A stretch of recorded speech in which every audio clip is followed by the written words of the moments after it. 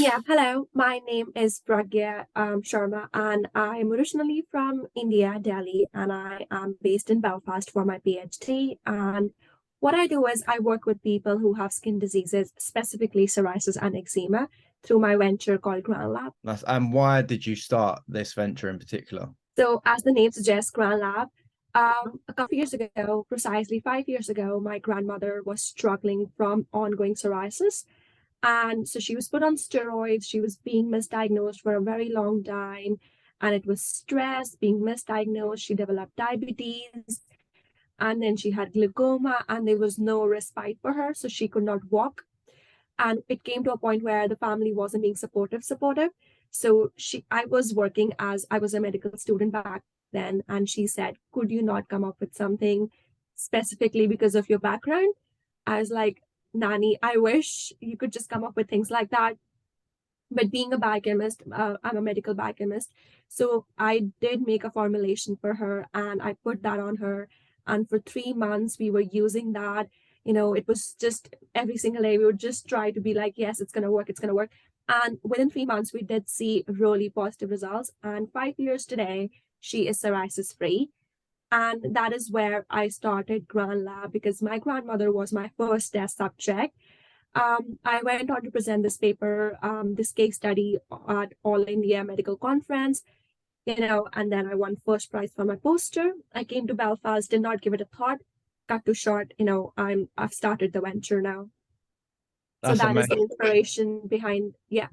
Yeah, that's really amazing. I can't do anything but applaud you. That's such a an amazing thing to do, and to sort of have that confidence to do that off your own back is truly amazing. How have you grown this venture then from, like you said, helping one person and seeing the results from that? How has that process been from starting off with one and then moving on to what you're doing now? So as I said, I came to Belfast and I was living in a student accommodation, and we always had like spa nights and girls' nights and everything. So I started noticing that some people or they had bad skin. And I could instantly tell because I was working for so long with my granny that either it's eczema or it's psoriasis. So I was like, I make a natural formulations. Would you like to try them out? And they were like, oh, really? We were born with psoriasis or we were born with eczema and we have been struggling. Our families have been struggling. If this changed our life, it would be completely transformational. And I started giving them out like little samples, just families, friends and family. And they started seeing the same results as my granny. And I was completely shocked. I was like, okay, so it's not one off. It's working on multiple people of different age group, different skin type. Because Belfast, everybody is mostly, all my friends are white. And I started using on their skin. And then when I was doing my PhD, people were coming from Nigeria, Zimbabwe, and they were like, oh, all of a sudden my son's skin has completely changed and they have eczema and they were misdiagnosed again for hyperpigmentation. And I just used to jump at opportunities, be like, do you want to try this?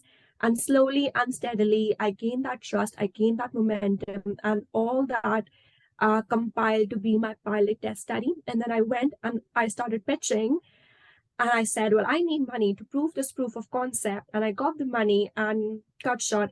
I have successful clinical trials today for the same products. And I'm hoping to launch by early next year. That is honestly amazing. I guess I was going to ask what your biggest hire is with this venture. I'd assume it was helping your nan in the first instance, right? Or what have been some of the other hires if that wasn't the one? So the biggest high has been that my granny has been psoriasis free. It's never come back to bother her again, which by itself is quite transformational because you cannot cure something like psoriasis. It's non-curable in the medical terms. So because the symptoms haven't come back, could I boldly claim that my medicine or my topical formulation cured her? So, well, in my mind, if something is not coming back, it is, it's cured her. But of course, scientifically, I cannot say that because there might be an outlier. But my second biggest high after keeping my granny at bay would be working with babies who are born with eczema because it's very hard for the parents, it's very hard for the babies themselves to actually go through that bleach bath, emollients, steroids. They're destroying their immune system. So actually working with babies and seeing their transformational journey with their skin, which directly impacts the quality of life of their parents, their siblings, I think has been my biggest high ever since starting or pitching for Grand Lab. And of course, you know what comes next after the highs. There's got to be some lows, right? Have you experienced any struggles with this venture in particular? Because I'm very new to this, I would not say, but then because I am also doing a PhD on the side, so I think that has been one of the biggest limiting factor in how much I could give to Grand Lab. So I think it's like, when you're doing too many things together and they're very hard things, like PhD itself is a very, very hard thing to do. I'm specializing in a membrane protein. And then I'm working with people and I'm trying to get Grand Lab off its feet to where it becomes a successful venture. So trying these two things simultaneously has been quite, so I would say every day is a low, you know, the highs are just like little pockets of highs where I feel happy or content. Um, but every day has been a low. I am in the low phase, which is about, you get rejections, you get no's, you get, it's just things just don't move as speed, like they're not moving as fast as you want them to move. And that could be quite frustrating in the very start. So I think I am in the low. That's completely understandable. I think for any entrepreneur, that's definitely something we've probably all felt, especially in the field you're in as well. So, what is it that keeps you going then? Is it your service to others, or like what is that overall drive that keeps you going through those lows that you constantly have? I think whenever I get a message that, a lot of my pilot test study subjects have told other people or said something good about me or posted something really good or said, they would message me that, oh, my eczema hasn't been coming back. Is everything okay? It's just that assurance, that people are trying. Some people have undergone surgery and their skin looks absolutely healthy. And these are the people who are born with psoriasis. Their moms, their dads, their brothers and sisters are struggling with psoriasis. And so just these wee messages that I get from my clients would be that yes, I'm giving something back and I'm getting those positive comments. Mind you, in the last 4 years of me trying this out with people, getting the clinical trials and everything, touch wood, I have never had one negative response or comment. I think that by itself is a very great validation of how good the product is and how much heart have I put behind that, because it was originally made for my grandmother and I by no chance could have deteriorated her health, because it would have been on me then, like her life would have been on me, and she was already struggling with, she had an eye operation and her diabetes. So I think those constant pings and messages of yes, we are doing okay because you helped us has been the most positive, is what drives me. That is honestly outstanding to take those bold steps, and like you said, have people's literal lives on your hand is truly amazing. What would you say your purpose is in life? Like, do you have a legacy you want to leave behind, or do you have an overall purpose in terms of like helping people perhaps? So yes, of course. Like at the minute, the patients do not have the choice that where they're given, non-steroidal options as an alternative. So irrespective, you are 0 month old to you're 70 years old, if you have a skin disease, you go to a dermatologist or a GP. The first thing that is given to you is bleach bath and steroid creams, because they do not have an other alternative, a potent alternative, which is steroid free, which works for people. And what happens during this course of treatment, when you compare this with somebody who has cancer, God bless everyone, I'm not saying that, psoriasis is as deadly as cancer, but what I'm trying to say is that these skin conditions take a toll on your life every single day. Imagine if you have a single pimple on your face, how do you feel about that? Does it not butcher your confidence? Now imagine having to live with this hundreds of pimples all over your body throughout your life for 20 years without having any treatment in the world that actually takes away all that pain. You might not go out and date someone. You might not want to start a family. People have these skin conditions on their faces, on their private parts. I've had some people who haven't revealed in the course of a 10-year relationship that they struggle with psoriasis on their genitals. How sad is that? So what I want to empower the patients so that they could lobby this change using the system so that they don't have to struggle for years.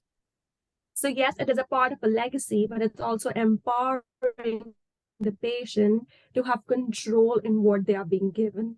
In terms of empowering the patients, let's talk about empowering the young entrepreneurs that are listening.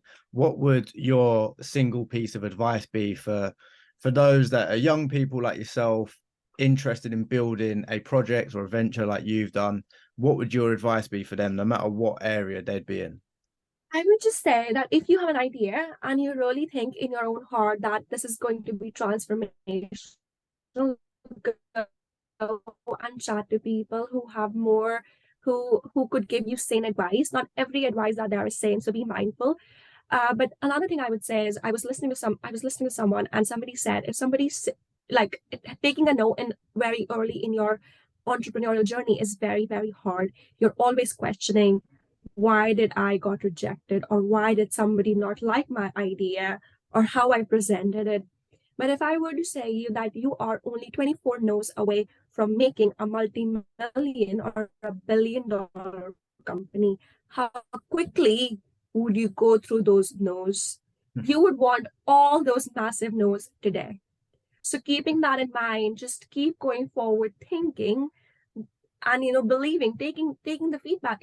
If somebody is trying to improvise you, take the feedback, but always believe in good sort of a criticism. Just don't take everything on your heart. Just keep chipping away and what you're doing if you really believe at it. Because if I were to have those no's, I would have all those no's today. I love that. That's really powerful, and I love that idea of going through the no's. You want to get through them as quick as possible to get to the yeses. I love that. My show's called If Only They Knew. Is there anything that you wish you knew retrospectively when you first started off, or anything you wish you could know now? Yeah, is there anything you wish you knew or you could know? Actually, I would. It's hard because I think I've got all the help. I I think it's very important to ask for help, but only if you knew where to ask that from and who to ask that from, it would be exceptional, because then you don't have to keep fetching out for advice, because entrepreneurship has been packed into this amazing getting up at 5 a.m., going, having a cold shower, eating a breakfast, reading a book. It's literally not that.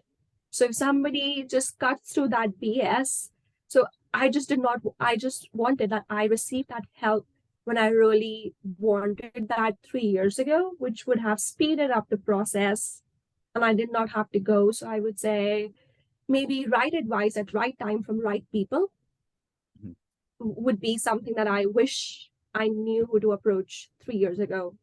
Because today I do, but I've been in that process for so long that now I know. But I wish I had known that 3 years ago. No, I love that. And you said you've been in it for a few years now. What is next for you in terms of this project and maybe other ventures you've got planned? So the biggest thing would be to finish the clinical trials and of course be in the market and actually get real hardcore customer feedback, and then make more formulations, devise more formulations, have a major facility set up that actually empowers the patient, but and just give them steroidal free options to treat the symptoms of skin diseases. Maybe I've started with psoriasis because of my grandmother, but doesn't mean I have to end with psoriasis. I'm really open to working with world class dermatologists, scientists who are working in the field of dermatology. So I think collaborations and actually understanding more about the patients would be the next big step. And of course, launching the product itself. Yeah. Well, I wish you nothing but the best. And I think my key word from this chat and what you're doing is amazing. I can't stop saying it in my head. Everything you're saying is amazing, and everything you seem to be doing is amazing. So I wish you Oh, nothing. thank you.